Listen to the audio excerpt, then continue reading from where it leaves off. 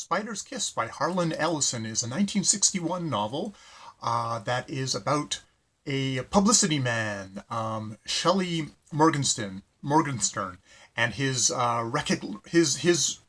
of recalling the rise of Shag Preston, this sort of Elvis, Jerry Lee Lewis like rock and roller who Shelley discovers, signs on with a guy who's the General Jack Freeport, which is styles himself as a Southern gentleman who's family very much like the Elvis and his general, that sort of thing. Though in the author's note at the beginning, Ellison says, "Nope, this is a fable." How could anyone be offended by a fable? Because this 1961 book, it is not your baby boomer nostalgia. Weren't things aw shucks so swell back in the 60s? This is a nasty look at selfish, hard-bitten people who are in the show business and will stab each other in the back quite happily. Crucially, just to show off the chops, right at the start of this book, Ellison describes the scene of Shag in his element in front of the crowd, and it's music. This is like music writing as music writing should be done. It totally captures, oh, there goes my timer. It totally captures just like kind of the drive and the sexuality and the artistry and just why Shag is a god. He is a Dionysus in front of the screaming crowd of young girls. And it just like, if this part of it didn't work, if you didn't believe Shag was just this amazing, he was Elvis, he was something like that, some kind of a rock idol. If you didn't believe that, then the rest of the book wouldn't particularly have its power. And the very next scene after that, though, Shag comes off the thing. This isn't a spoiler because this happens just in the opener, and he's like, "Yeah, I want that underage girl at the front of the thing. Bring her to me, Shelley." And Shelley agrees, and thus he goes back in time and tells you about Shelley as his stag as he was before, which is Luther Sellers, and how we discovered him, and his rise to prominence and stuff like that. So I was looking for a very kind of acidic, hard-nosed but really well-written book, and I hadn't read any Harlan Ellison before, but he's got this reputation as being a very kind of he's the most contentious guy in SFF. This isn't a genre book, at least it's not a science fiction or fantasy book. It's definitely a music genre book, I guess you could say, of this is the show business book. And it seems to have you can tell this is a world that it feels like Ellison was a part of, and the publicity, and telling it from the publicity man's point of view rather than a musician's point of view is where he's going. This is the business side of music, of selling. This is the next big thing. We got to find the next soap to sell.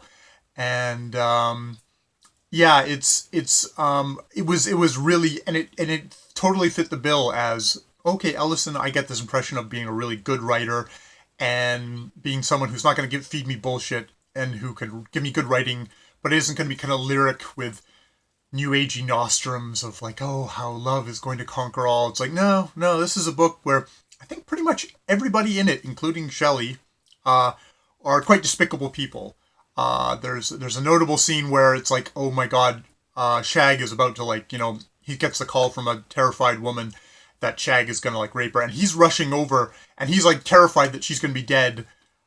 But the main reason you're getting in his head that why he is that this will be the end of my meal ticket if he's strangled some girl to death in his thing. It's not concern about the girl, particularly the young woman, particularly. And all the characters in this book, women included, are as calculating and stuff like that. Maybe the female fans, the young underage female fans, you could say, are the ones that they're the ones who are the more innocent, the more naive. They worship their idol, and obviously it's kind of tapping into all that kind of bubbling young adolescent sexuality. But they're not bloodsuckers in the sense. Though it's interesting because Spider's Kiss, the spider kiss is don't look that up on Urban Dictionary. For some reason that popped up. You well, it's not too disgusting. It's a sexual thingy, but you don't want to know. I'll skip by that. Spider kiss in this context is the audience and them sort of kissing the performance. And I think it's there's that danger of, you know, love, love, love, love, love, and then suddenly twists and you become hated and you can go down. Like Shag goes up like a rocket, and then of course by the end of the story, he does what all rockets do. So yeah, it's a book full of really unlikable people. Because it has Shelley as the viewpoint character, I think he is the one that you're supposed to look at and see his moral degradation, because Stag is rotten from the beginning. They have an opening scene of him with an elderly couple that helped him, that took him off the streets at the beginning, and he just cuts them cold. So even at the beginning, Stag is just a reprehensible person. You know that from the beginning, and, you know, basically he gets more money and power to just indulge those habits. But he never changes. He's the same I think by the end of the book. Shelley, I think, is the one where you're supposed to see kind of a gradual progression over the course of the book. I don't know if I always bought Shelley's kind of things, like he stays with them because he thinks, oh, I'm gonna kind of, I've created Stag and I'm gonna protect the world from, like, you know, the women that comes into his life. I'm gonna protect them from his animal side. Though really, if you hadn't protected him and he'd crashed down sooner, wouldn't that have caused less damage? And there's just points where you think, well, you're not really that hard of a business. Like, why don't you sell out when you know that he's basically at his peak and he's just going to self-destruct, and the contract you own part of is just going to crash down in value. So I don't know if I bought that. At the end, he does indeed make a decision that's, I guess, is his moral decision, and you know, is able to get himself out of this world. There's a lot of stuff about the kind of the hipster culture and stuff like that in this book. It's interesting that a lot of it gets defined as female hipster, even though you would think it would be male hipster. There's also, like, you know, it's the overwhelming female audience is the fervor for this Elvis-like figure, even though there's males and females. It's just the female, I guess, was the more visible part, maybe the more disturbing part of the society. I mean, that said, for a book that's written in the 1960s, I mean, all the women characters, I think, are, you know, they're gold diggers, or they're the super hyped female fans and stuff like that. So there's no really strong female character in the book, and nobody comes off super well, but no male characters come off super well as well. I know from reading other 60s books, it could have been a lot worse. And he does even have some interactions with a couple of the female characters who are definitely the gold diggers looking out for number one, but Shelley's also looking out for number one.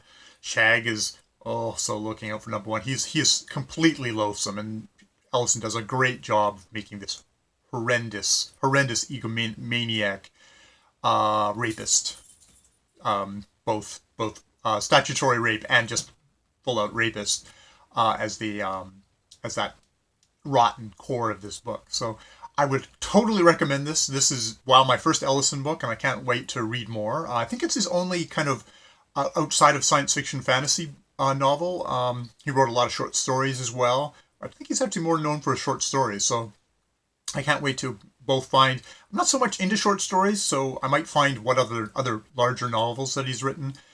But I also probably will try his stories, just because I was so impressed with his writing. So yeah, that's my review of Spider Kiss by Harlan Ellison. More videos later.